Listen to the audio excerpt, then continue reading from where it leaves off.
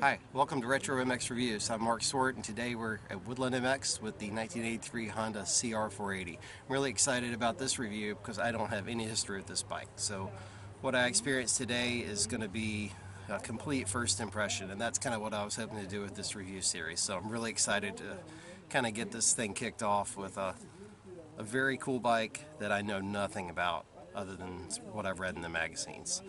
The 83 was Honda's third year of a production open bike. It sounds like there were a lot of bugs the first 2 years, but the 83 has a really good rep as a raceable bike now once you upgrade the suspension. Now for me today, this one still has stock suspension, and this track has quite a few jumps, so I'm kind of looking forward to seeing how that works out and how I can work around it. With that, we're going to take a little walk around the bike, and we'll go from there. Here we are. Look at the 83 Honda CR480. This bike had 43mm conventional forks. These are non-cartridge forks, so just damper rods in there. And this is a stock one. Big old air-cooled engine, Caheen round slide carburetor. And this was the third year of their linkage suspension, so they were still really figuring out a lot with leverage ratio and things like that. You'll notice one thing on this bike, and that's that the sprocket is on the right side and the kicker is on the left. The early 80s were cool because they were still trying to figure things out, and it's going to be very interesting to see how this works. Shock design looks very similar to the ones that they used for the next few years.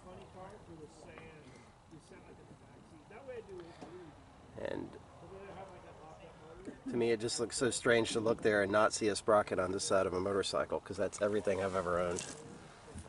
Then moving forward, finishing off here, the dual leading shoe front brakes.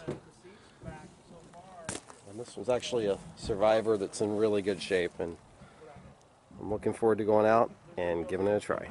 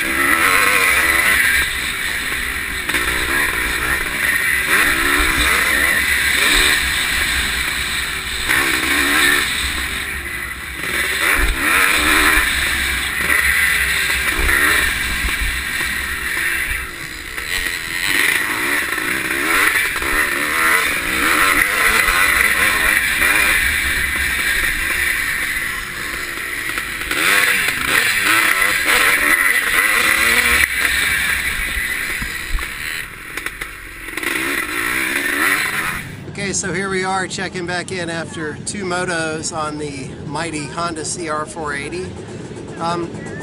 Actually did pretty well on the bike and got really good starts against newer bikes, but one of the first things I noticed is how quick that bike runs out of power. It's got a great bottom end, but it just kind of hits that mid-range and then it signs off. So it's a good good, but you just have to short shift it, and the noise in the pack, I didn't really know that, so I was probably holding on the gears a little too long, and bike started coming past, and then I upshifted again and went for it. So engine really good. You got to short shift it. You got to think about that. The clutch is a manly clutch pull, and that's something to think about. The chassis is good. It just feels kind of bobbly and all over the place, which a lot of that's probably just the stock suspension on there, the soft springs. I thought that was going to be worse than it was in the first set of motos. I was flatlining a few jumps and that really hurt, but then once the track got rougher I was a little worried, but the suspension actually did better because it's so soft and it just kind of soaked up the chop and did its thing. The bike turns great. It's a Honda, and it turns like a Honda. I didn't really notice any head shake or any problems like that. And there were some pretty high-speed sections on the track, but I didn't really have an issue with that. The back brake is super funky. It's got a really long lever, and that took me a while to figure out, probably halfway through the first moto even. It just wasn't where you think it's going to be, and then because it's so long you have to push it down further to make it go up and down. But I'm sure that's easily fixable, and most of the things on the bike are fixable. You can put emulators in the forks, you can get the shock revalve, there's tricks, and stiffer springs of course. But to me, probably the one thing that you can't fix is that left-hand kick, and that would be an acquired taste. One of my friends on a Mako, same kind of thing. You gotta have to be strategic on the starting gate about where if you have a block near you or whatever. I tried to kick it up from on the bike and that was just impossible, so I ended up going off the side and then kicking it with my right leg. That would be a very strange thing. Now, if I were in a racing organization where 1983 was the cutoff, I'd probably find a way to suck that up and deal with it, because the rest of the bike I really feel like is really good. Had a really good time racing it. And I guess the only other thing would just be the layout, the ergonomics. To me, it's an older bike. It feels like an 80s Honda, but it feels good. It doesn't. You can't get way up on the front because of the tank, but you don't have to. It's a Honda, so it'll turn into anything, and that's really cool.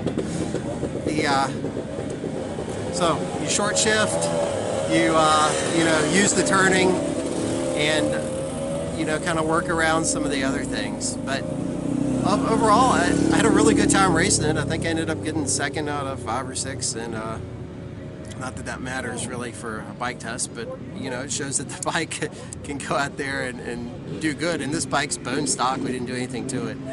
So I guess finally I want to thank my friends Richard Pickner and Tom Hall for letting me ride this bike that they kind of pass around and share, and I really appreciate a chance to get a ride on something different, new and fresh.